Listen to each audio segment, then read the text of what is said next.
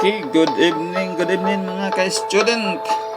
Nandito naman tayo sa ating basic electronic part. Ano na tayo mga ka-student? Part 3 na tayo. Lesson 1 part 3 na tayo. Tapos ang lesson natin ngayon mga ka-newbie, yung diode. Tapos na tayo sa transistor, sa capacitor, at dito naman tayo sa diode. Ang diode mga ka-newbie, may tatlong uri yan sa diode. Ito, diode. Yung diode may number 1, may tinatawag na rectifier diode. Ito ang kanilang symbol sa rectifier diode. Tapos may tinatawag na number 2 diode, may tinatawag na signal diode. Yan, signal diode. Number 3, may tinatawag na Zener diode. Nakatikto tayo mga ka-newbie kasi naubusan tayo ng baterya sa cellphone. Yung cellphone kasi natin hindi pwede hindi mag-charge, kailangan maka-charge. Tapos sige lang, kahit na anong tick tayo, ang importante makabigay ako sa inyo ng mga tips paano sa electronics. Okay? So dito na tayo sa diode. Ito ang sign sa rectifier diode. Ito, rectifier diode. Ito ang kanyang sign. Tingnan nyo. Yan. May positive at may negative ang diode. Tapos doon sa board ang nakalagay D. Tingnan mo yung silalim sa board. May nakalagay D. So diode yan. Ito, rectifier diode. Positive at nakabuyoy-buyoy. Positive at negative. Tapos sa actual niya mga ka-newbie, ganito siya mga ka-newbie. Yan. Saan natin malalaman ang positive at negative sa diode? Ganito siya. May ano siya dito, may lingin siya naka-round, either puti or itim ba. Pero kadalasan puti ito. Yan ang positive mga ka-estudyante. Ganito din. May naka-round yan, positive. At dito sa walang naka-round, negative. So may iba't ibang klase ang rectifier diode. Marami, pero yung importante lang, yung basic lang ang ituturo ko. Saka na tayo sa iba. Okay? Itong rectifier diode mga ka-newbie, nag-compose ito sa tinatawag na amperes. May amperes ang tinatawag dito. Tapos may tinatawag na volts. So dalawa ang dinadala niya din dito. Gaya din sa capacitor, may UF at saka may voltahe. Ito by amperes ito. Halimbawa, tayo dito. Hindi na ako magkukupot sa kasi ang tingnan nyo yung dito sa taas ko. Ang lingas-lingas kasi dito ako sa taas ko. Tapos yung plywood malingas. Okay. Yung diode compose ito sa by amperes. Yan. Halimbawa, 1 amperes, 2 amperes, 3 amperes, 6 amperes, 10 amperes. Yan. Itong diode nito, may kinumpos ito. Tapos by volts siya. May 400 volts, may 600 volts, may 800 volts. Yan, sample ng ito. Okay? Yan. Ito tayo sa rectifier diode. Okay? Balik. Ito, diode, rectifier diode. Ano ang rectifier diode? Ito ang symbol sa rectifier diode at ito ang kanyang actual. Yan. Ito tinatawag ito na bridge diode. Yan. Ang nakalagay dito, 4 na diode ang nakalagay dito. Saka na tayo mag-explain diyan. At ang rectifier diode by amperes yan. Ito 1 amperes, 2 amperes, 3 amperes, 6 amperes, 10 amperes. At by volts din yan. May 200 volts, may 400 volts, may 600 volts. Okay? Yan ang rectifier diode. Okay? Yan yung rectifier diode. So punta naman tayo dito sa signal diode. Ang signal diode, ito ang signal diode. Yan, diode. Ang signal diode, ganito din siya, parang rectifier din siya. So may positive, may negative. So ang nakalagay doon sa board is D din. D ang nakalagay. Tapos ito din ang kanyang actual.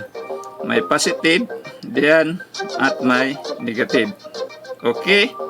Okay, yan ang ating signal diode. Tapos dito naman tayo sa Zener diode. Okay, ayaw na mag-ano ang kwan ko. Ito na lang ang ipaano natin. Yan. Para hindi masyadong kurog-kurog eh. Pasensya na kayo kasi yan ang actual. Okay, dito naman tayo sa ikatlo. Diode din. So, Zener diode. Ito ang Zener diode. Ang sign nitong Zener diode, ganito mga kanyubi, parang diode din pero ang nagkaiba lang kay may ano siya dito. Yan, parang malalaman kung may Zener diode, may naka ano siya, extension siya nga ganito. Tingnan nyo na lang. Tapos doon sa board ang nakayayay. Tawa naman kayo din estudyante, nakalagay DZ. Oh, ang iba Z, iba't iba kasi ang nakalagay sa board kasi iba't ibang kumpanya, iba-iba ang ano nila. So yung iba nakalagay DZ at Z. Yan. Tapos ang actual niya ganun din ito. Positive din ito. Positive tapos negative din ito. Tapos by ano ang Zener diode mga ka-estudyante, by watts ito. Ito by watts, may 100 watts at may ano ba? 100 watts. gutom na kasi siguro. May 1/2 watts at may 1 watt o by wattage yan ang Zener diode. So itong Zener diode kinumpos din ito ng dalawa, by wattage at saka by volts. Ito ang Zener diode may ano yan, may iba-iba yang voltahe din. May 3 volts, may 6 volts, may 12 volts, may 24 volts, may 5 volts, may 8 volts, ganun din. Iba-iba din itong compose ang Zener diode. Okay. Okay, review tayo. Yan na. Okay, Zener diode. Ang Zener diode ay ito ang kanyang sign sa board. Tapos by ano siya? By wattage. Yan. By wattage yan. 1/2 watts at 1 watt. So ang Zener diode is by volts. May 3 volts, 6 volts, 12 volts at 24 volts. Sample lang yan mga kaestudyante. Tapos dito naman tayo sa diode. Yan. Kadua, signal diode. Ito ang signal diode. Ito ang kanyang nakalagay sa board. Tapos ang kanyang sign, ganun din. Tapos dumako naman tayo sa hindi na rectifier diode. Yan. Sinsya na, hindi tayo marunong mag-ano sa video-video eh. Ang sa atin, explication. Anong explication? Explanation lang. Ito naman ang rectifier diode. Yan. Ito ang kanyang sign. Yan. Tapos sa board nakalagay D. Ito ang kanyang actual. At ito ang bridge diode. So ang diode compose sa yung rectifier diode compose sa by amperes. Yan. May 1 ampere, may 2 amperes. Yan, mga sample lang ito. By volts, may 400 volts, may 600 volts. Yan. Okay. So, yun lang muna ang ano natin ngayon. Lesson ngayon sa diode lang muna tayo. Kasi pag i-ano natin lahat na wala kayong matutunan. Alam nyo, gusto ko dito sa aking channel, kahit isa lang ang ituro ko, kailangan nga matuto kayo diretso. Yan, yun pala ang diode. Yan, 3 pala ang uri ng diode. Okay? Okay, sa susunod na naman, magbibideo naman ako. Andingas-dingas, hindi kasi ako marunong mag-ano ng video. Okay. Ito ang basic electronic part 3. Yan, part 3 yan. Okay, sa susunod may part 4 naman tayo. Doon na tayo sa mga volume, sa mga relay, sa ibang accessories sa electronics. Okay, approve mo kayo dyan. Okay. Okay, yun lang. Uy, may nag-text. may nag ano, yung actual daw. Nakalimutan ko. Ayan, yan. Maestro, yung actual, maestro, hindi mo na bigay, maestro. Sorry, nakalimutan ko yung actual. Maghanap muna ako yung actual. Buti na lang, nag-test kayo. Okay. Okay, ito ng actual. Ito ang actual sa diode. Ito, saan ba yun? Ito, pasensya na kayo. Ito ang itsura sa actual sa diode. Ito, hindi makikita masyado. Basta kay may ano ito. May puti ito dito. Ito ang 1 ampere. Ito, tingnan nyo. Ito ang 1 ampere. Diyan. At ito naman ang 3 amperes. Ito, tingnan nyo. Parang maklaro-klaro pa ito. Yun, no? Yan, no? Kita niyo yung puti. Yan. Yan ang positive. Oh, ito ang actual sa 3 amperes. Oh, yan. Tingnan nyo. Yan ang actual. Oh, nakalimutan ko kasing actual. Tapos dito, ito ang tinatawag na bridge.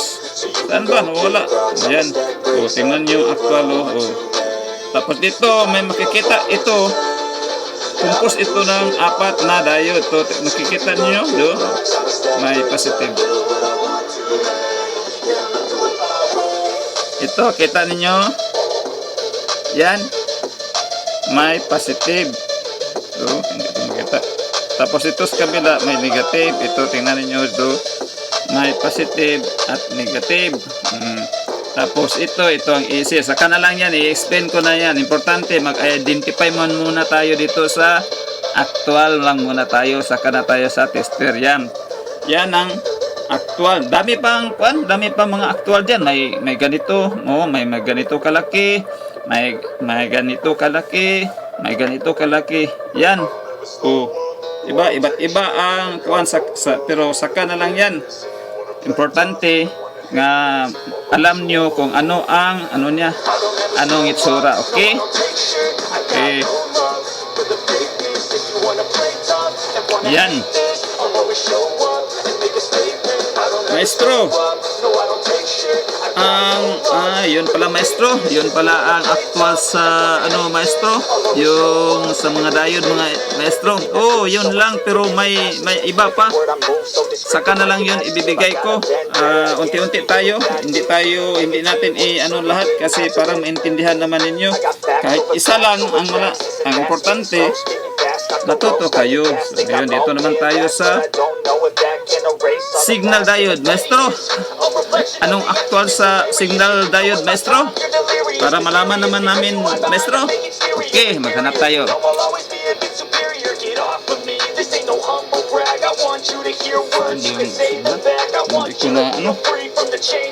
Okay, ito na ngayon ang signal itsura sa signal diode. Ito, kita nyo, may itim diyan sa dulo diyan. Yan ang positive.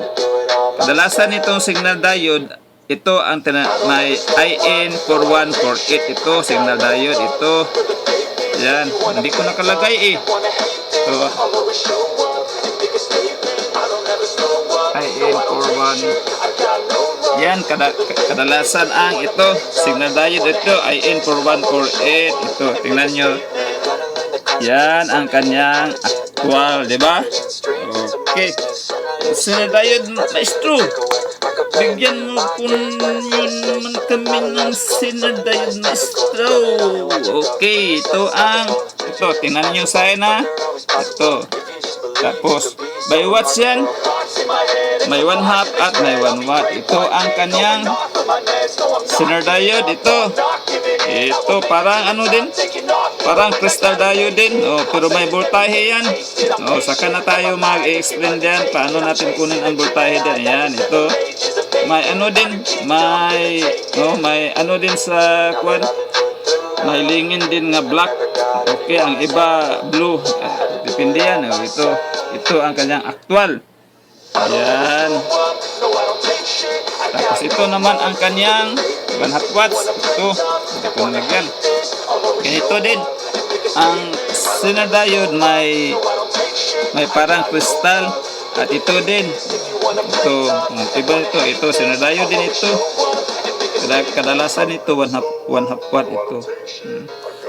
Iba ang kwan ba? Iba ang yan. May IN yan. May yan.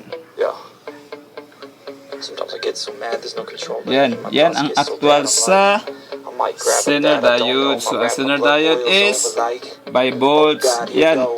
I-explain ko sa pag mag-actual na tayo, sa magte-testing na tayo, saka na yan. So, ngayon, identify muna tayo sa, sa mga pisa natin. Yan. I-ano muna natin ang, ipaso muna natin.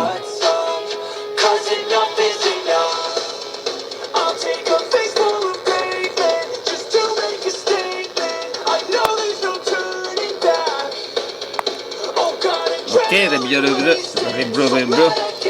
tayo. Final review. Nandito tayo sa Basic Electronics. Part 3 na tayo mga kanyobia. Lesson 1, Part 3 na tayo. So, ang lesson natin ngayon is diode. Yan. Diode, ito ang rectifier diode. Yan ang kanyang sign sa board. At yan ang actual niya. Tapos yung diode is by ampere. 1 ampere, 2 ampere, 3 amperes, and by volts. 400 volts, 600 volts, 800 volts. Yan, yan ang actual. Tingnan nyo. Kasi final nito. Yan, intindi.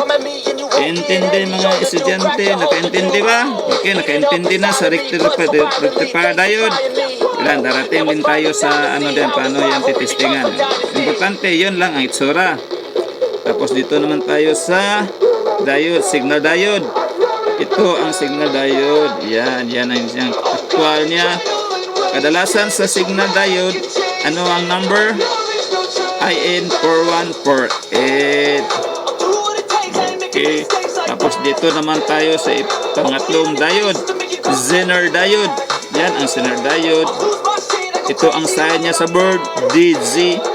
Tapos ang Zener diode is by wattage yan, by watts, 1/2 watts and 1 watt. Tapos by volts, sample 3 volts, 6 volts, 12 volts, and 24 volts, and mini volts. Okay, yan. So, yan ang lesson natin ngayon. Sana nakaintindi kayo. Imposible na lang hindi kayo makaintindi. Tingnan nyo. Isa lang. Diode lang ang lesson natin kayo. Hindi kayo makaintindi. Alam na namin yan, maestro. Okay, reminders lang ha. Sa mga newbie lang ito. Yung hindi pa nakararanas sa electronics na gustong matuto. Okay. Para sa kanila ito. Hindi ito para sa inyo. Yung mga master na dyan. Tulungan na lang natin yung gusto matuto sa electronics na hindi makapasok sa school dahil walang pera. So, baka may cellphone sila, gusto silang matuto. Ito na ang pagkakataon nyo. Dito na tayo sa practical electronic by Maestro. Hindi nila alam sino natuturo sa kanila. Sige, ako na lang mag-introduce. Maestro Rocky M. Woo! Palakpak naman kayo diyan. Walang pumalakpak. Uy, parang nag-i-increase na ang natin yung mga estudyante natin, nag-i-increase na. Dati, lang yun, 10. Ngayon, tingnan ko, parang dumating na sa 20.